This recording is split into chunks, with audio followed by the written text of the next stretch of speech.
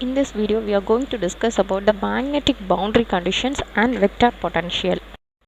So, on the completion of this topic, students will be able to understand how to apply the principles of magnetostatics for the problem solving, and also which is related to the magnetic field intensity, magnetic potential, and also the boundary conditions which is related to the magnetic field.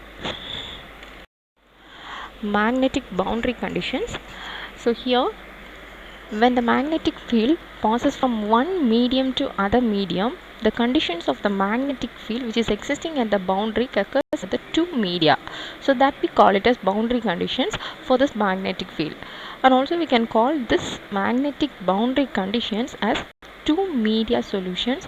So when we are considering this magnetic boundary conditions, that is B vector and also the H vector, which we call it as magnetic field and magnetic field intensity, here both these vectors are resolved in two components, which is tangential to the boundary and also normal to the boundary.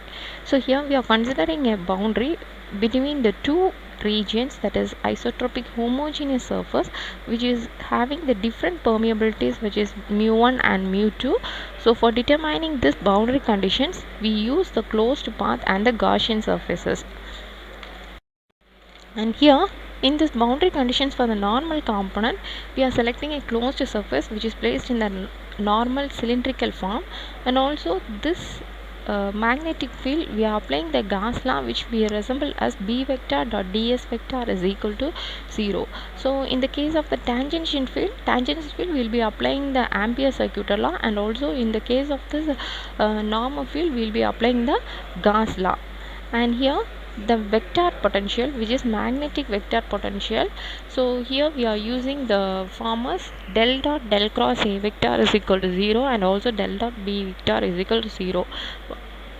While we are equating these two terms, that is B vector is equal to del cross A vector and also del cross H vector is equal to J vector, so we can substitute the value of this H vector, which is nothing but B vector by mu naught.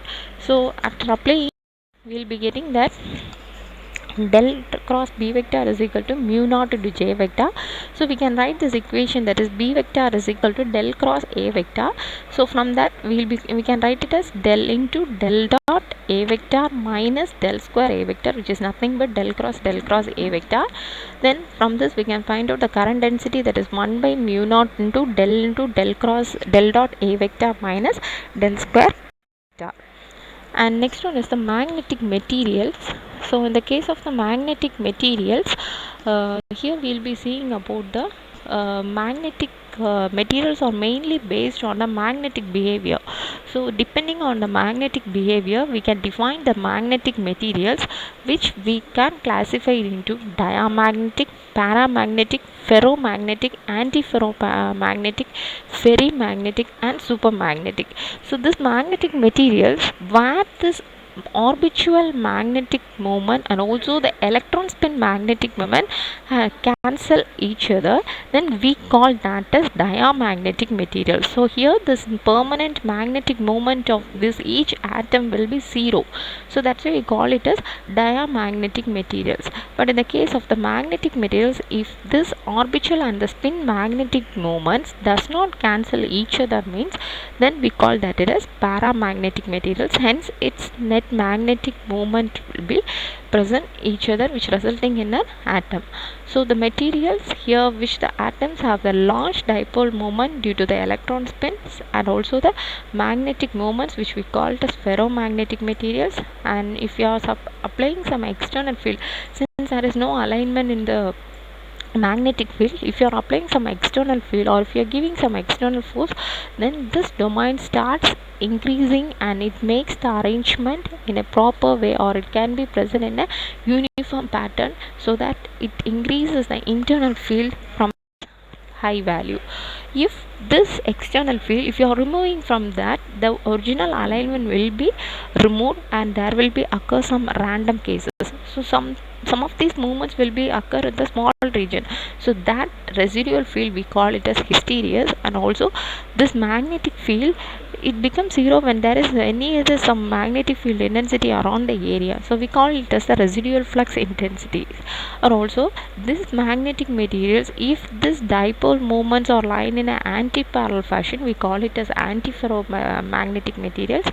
If it is having the high residual flux density, means it is a hard magnetic material, and if it is have a low residual flux density, means we call it as soft magnetic material. Here this alignment mainly depends on the external force which we are giving to the magnetic fields. If this magnetic field occurs some less external, means it depends on the it depends how much electric field we are giving to it.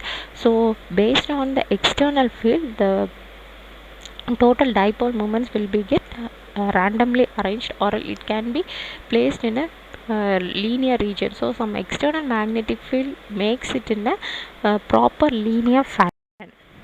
Quiz questions based on this magnetic and boundary conditions. So first one is the normal component of the magnetic field density at the boundary of separation of the medium will be same. A boundary of separation between two magnetic materials is identified, which vector means a change in the permeability. Thank you.